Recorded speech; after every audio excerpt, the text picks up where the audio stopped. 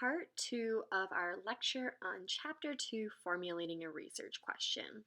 In the first part of our lecture on Chapter 2, we were really talking about how to narrow down your research topic through the process of operationalization. In the second part of this chapter, we're going to talk about the specific types of variables that can be used in our research topics. So to begin, I want to go over a couple of key definitions because when we are trying to conduct research, it's all about collecting information. We are trying to gather as much information as possible when we do research so that we can draw meaningful conclusions. And there are specific variables that we use to collect information. The primary variables that we use are independent and dependent variables. An independent variable is the explanatory or predicting variable that explains the variation in our dependent variable.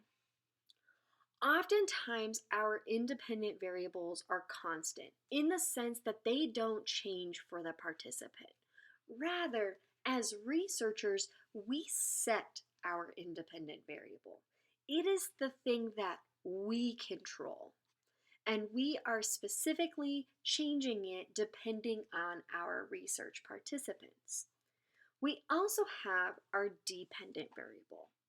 Our dependent variable is our outcome variable. It is dependent on our independent variable in the sense that our dependent variable is what we as researchers want to find out from a study and what we hope is influenced by our independent variable.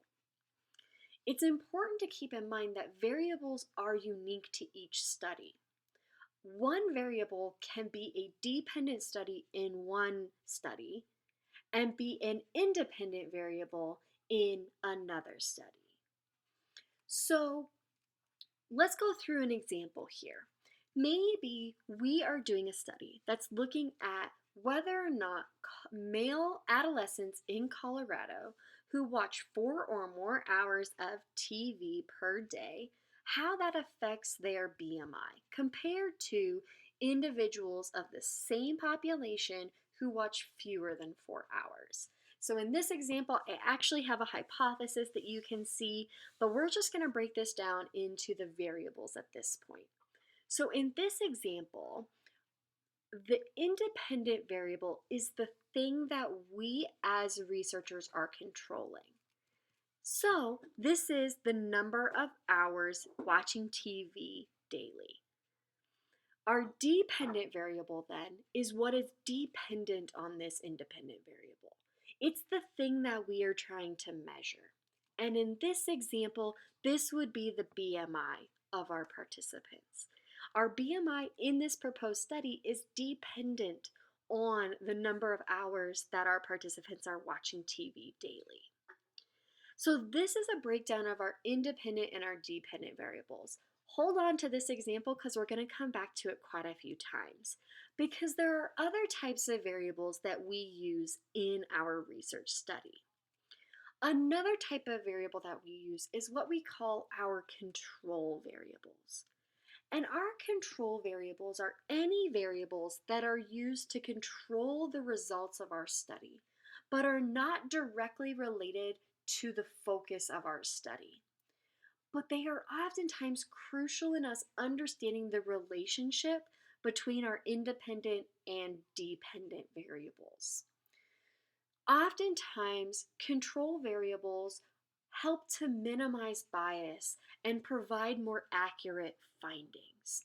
So control variables are the aspects of our study that we want to control that could have an influence on our results, but if we're able to control them before we ever start measuring anything, we can say that we're reducing our bias. So if we go back to our example of Colorado male adolescents, the number of hours of watching TV and how that affects BMI, some control variables that we could be paying attention to are sex assigned at birth, the age of our participants, and even regionality.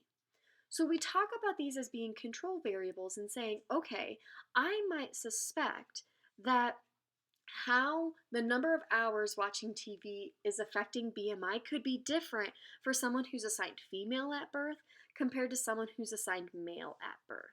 So if I know that that could potentially influence the results of my study, I want to control it before the study ever starts, which is why in this study, the researcher has controlled this by only looking at male adolescents. We can also talk about age.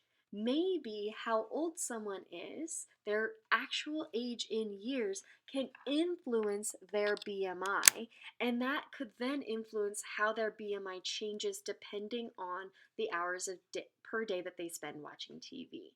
So, as a researcher, they're going to go in and they're going to control for age by only looking at a specific age range of people. And then regionality comes into play.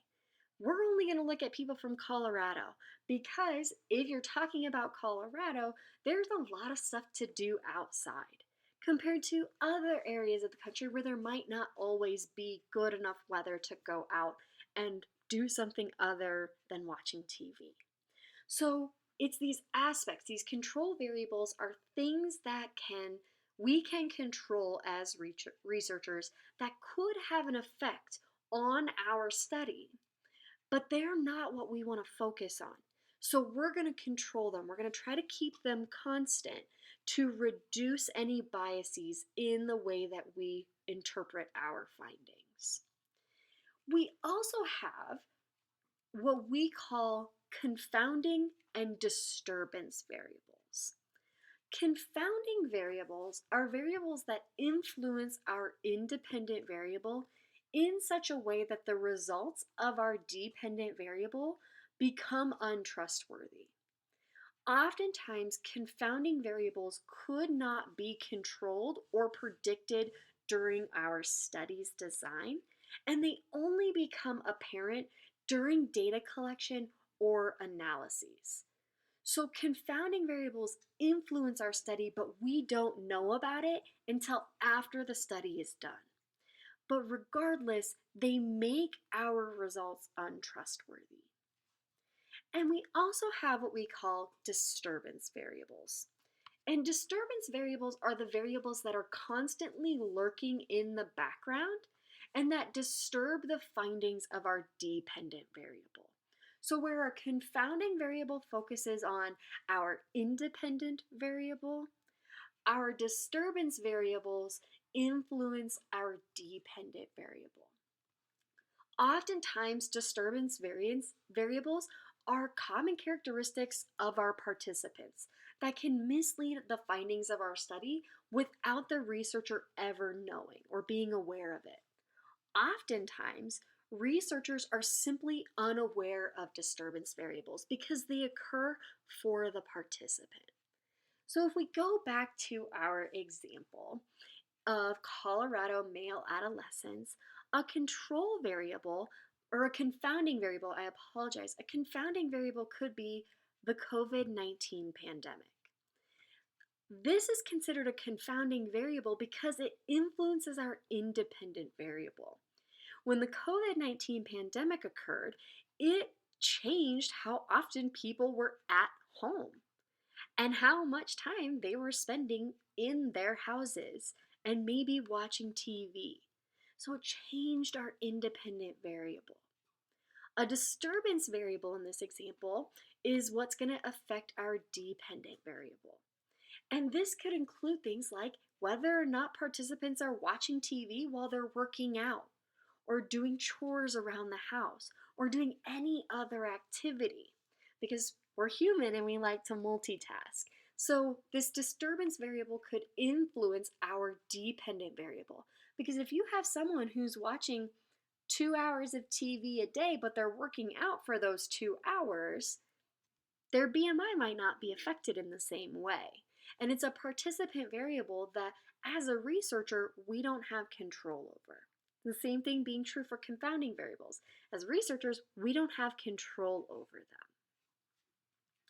And the final type of variables that I want to present to you are moderators and mediator variables. So moderator variables are variables that strengthen or weaken an already established relationship between an independent and dependent variable. Oftentimes, we display moderators in this format.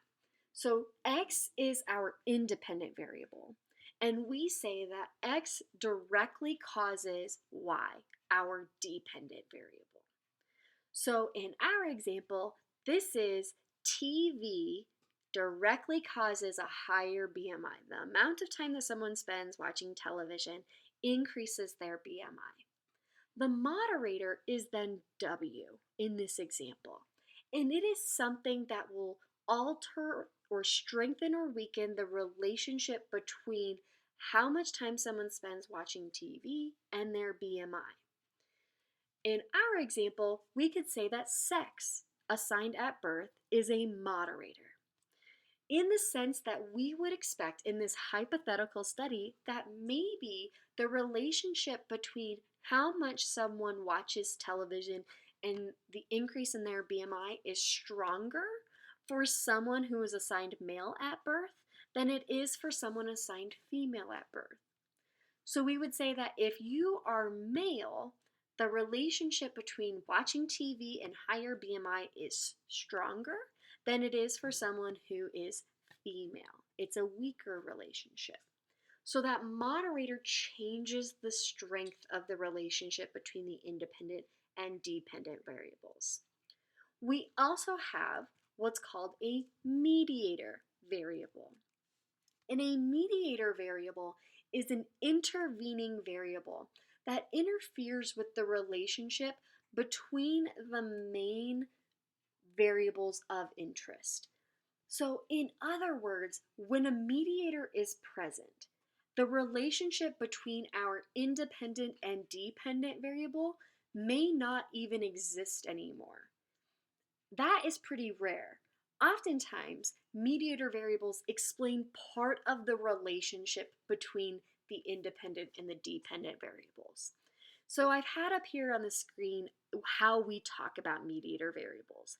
So again, you have your base relationship, your independent variable predicting your dependent variable. The mediator variable is some third intervening variable that explains part of the relationship between that independent and dependent variable.